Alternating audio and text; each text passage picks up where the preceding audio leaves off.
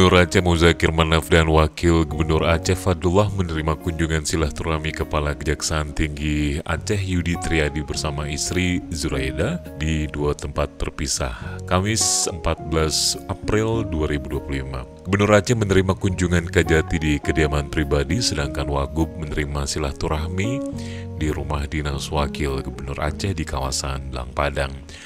Gubernur mengucapkan selamat datang dan selamat bertugas di bumi Serambi Mekah kepada Yudi Triadi yang baru saja dilantik sebagai Kajati Aceh oleh Jaksa Agung ST Burhanuddin kemarin Rabu 23 April 2025.